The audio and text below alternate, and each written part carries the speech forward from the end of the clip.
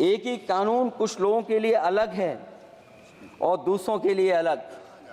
अगर सत्ता पक्ष का व्यक्ति गेरुआ गमछा पहनकर अधिकारियों को गाली दे दे तो जी हजूरी और दूसरा न्याय मांगने जाए तो उसे लाठी। क्या ये अनुच्छेद 14 का अनुपालन हो रहा है? अध्यक्ष महोदय, किसी भी व्यक्ति को उसके जीवन और दैहिक स्वतंत्रता से कानून सम्मत प्रक्रिया के बगैर वंचित नहीं किया जा सकता। ये सबसे महत्वपूर्ण मौलिक अधिकार है, लेकिन सबसे ज़्यादा इसी का दुरुपयोग हो रहा है। फर्जी मुठभेड़ में हत्याएं, जेल के अंदर हत्याएं और पुलिस अफरीक्षा में हत्याएं। आदमी कहीं भी सुरक्षित नहीं है। ईडी का तो ऐसा कानून बना दिया गया है कि बिना एफआईआर, बिना नोटिस किसी को भी बंद कर दो। लोकतंत्र फासिज्म में बदल रहा है। और अध्यक्ष महोदय, क्योंकि उत्तर प्रदेश की चर्चा सत्ता पक्ष से भी हुई, जो हालात उत्तर प्रदेश में हैं, ऐसे हालात कभी किसी ने पहले नहीं देखे हैं।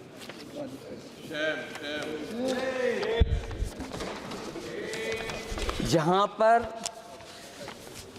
कानून की समय समय पर धज्जियां उड़ रही हैं। और अध्यक्ष महोदय, केवल एक घटना नहीं मैं कहना चाहता हूं, ऐसी तमाम घटनाएं हैं जिनके बारे में मैं कह सकता हूं। आज़ादी के बाद अगर हम 75वें वर्ष में इस बात पर चर्चा करें संविधान पर, और आए दिन लोगों को न्याय मांगने के लिए आत्मदाह करना पड़े, तहसील हो वहां पे आत्मदाह, जिलाधिकारी हो वहां पे आत्मदाह, न्याय मांगने के लिए अगर मुख्यमंत्री आवास में जाना पड़े वहां पे आत्मदाह। सोचिए हम किस दिशा में जा रहे हैं। और अध्यक्ष महोदय, किसने नहीं देखा कि टीवी पे चलते हुए लोगों की जान ले ली गई? लाइव देखा है सबने। ये कहां का न्याय है? न केवल वो, बल्कि पता नहीं अध्यक्ष महोदय, हमारा प्रदेश कस्टोडियल डेथ में सबसे आगे जा रहा है। महिलाओं के उत्पीड़न में सबसे आगे जा रहा है। ये मैं नहीं कह रहा हूं, अध्यक्ष महोदय, ये सरकार के आंकड़े बता रहे हैं। और न केवल इन चीजों में आगे जा रहा है, बल्कि आजकल जो नए जमाने का डिजिटल इंडिया है, अगर साइबर अपराधों में सबसे आगे कोई प्रदेश दिखाई दे रहा है तो वो उत्तर प्रदेश दिखाई दे रहा है। ये अलग बात है अध्यक्ष महोदय कि कभी कभी जो डबल इंजन की सरकार चलने वाले जो दावा करते थे, पहले इंजन टकराते थे, अब तो डब्बे भी टकराने लगे हैं। Double engine single driver. और होड़ लगी हुई है कि कभी किसी ने दिल्ली का रास्ता किसी माध्यम से अपनाया था, उसी रास्ते पे चल करके आगे बढ़ना चाहते हैं। इससे खराब इस लोकतंत्र में और क्या हो सकता है? जिन लोगों ने ये कहा हो कि हम नौकरियां दे देंगे, आज नौकरियां कहां हैं? रोजगार कहां हैं? और अध्यक्ष महोदय, अगर वादा किया जाए नौकरी और रोजगार का, इन्वेस्टमेंट का, और सपने बड़े दिखाए जाएं, ये बात मैं इसलिए कह रहा हूं कि माननीय मंत्री जी भी उसी प्रदेश से आते हैं, प्रधानमंत्री जी भी उसी प्रदेश से आते हैं। आज कई मायनों में, कई आंकड़ों में उत्तर प्रदेश पीछे दिखाई दे रहा है।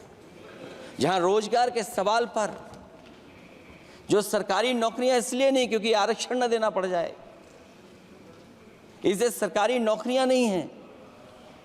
आए दिन पेपर आउट, पेपर लीक, न केवल पेपर लीक है बल्कि जानबूझ करके पेपर लीक कराया जाता है जिससे कि परीक्षा रद्द की जा सके।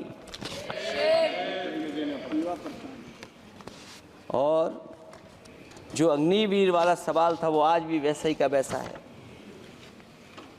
हम लोग अग्निवीर वाली व्यवस्था कभी स्वीकार नहीं कर सकते हैं। जो पहले भर्ती जैसी होती थी अध्यक्ष महोदय, अगर वैसी ही भर्ती होगी तो हमारी सीमाएं और सुरक्षित होंगी, हमारे और नौजवान जाकर के देश की असली पक्की वर्दी पहनने का काम करेंगे। ये अध्यक्ष महोदय कैसी चर्चा संविधान की जो है बिना प्रधान की।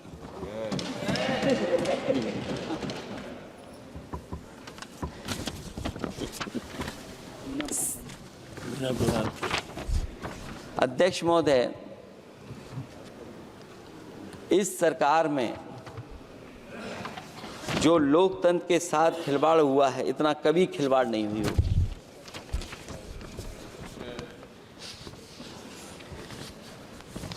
संविधान को परतंत्र बनाकर जो लोग राज करना चाहते हैं, उनके लिए आज़ादी का अमृतकाल सिर्फ एक जुमला है। और अंत में मैं सिर्फ एक ही बात कहना चाहता हूं कि संविधान बचेगा तो न्याय बचेगा, और न्याय बचेगा तभी सबको बराबर मान सम्मान, सबको बराबर मौके मिलेंगे, भेदभाव भी मिटेगा। और भेदभाव का भाव भी इसलिए आज फिर से संविधान को बचाने के लिए एक और करो या मरो आंदोलन की ज़रूरत है। इसलिए अध्यक्ष महोदय, हम आपको भरोसा दिलाते हैं, पिछले चुनाव में भी बहुत सारे सत्ता पक्ष के माननीय लोग ये कहते थे कि हमें इतनी सीटें मिल जाएंगी तो हम संविधान बदल देंगे। अध्यक्ष महोदय, मैं आपके माध्यम से जनता का धन्यवाद देना चाहता हूं कि उन्होंने 400 पार के नारे को गिरा दिया और विपक्ष को इतनी ताकत दे दी कि इनकी जो सपना था संविधान बदलने को, उस सपने को तोड़ने का काम किया। अध्यक्ष महोदय, बहुत सारे साथी इधर के ही उधर हैं, अगर उधर वाले इधर आ गए उसी दिन ये सत्ता से बाहर हो जाएंगे। अध्यक्ष महोदय, आखिरी में मैं कुछ लाइनें कहकर के अपनी बात खत्म करना चाहता हूं। न मेरा है न तेरा है, ये हिंदुस्तान सबका है, नहीं समझी गई ये बात तो नुकसान सबका है। हजारों रास्ते खोजे गए उस तक पहुंचने के, मगर पहुंचे हुए ये कह गए भगवान सबका है।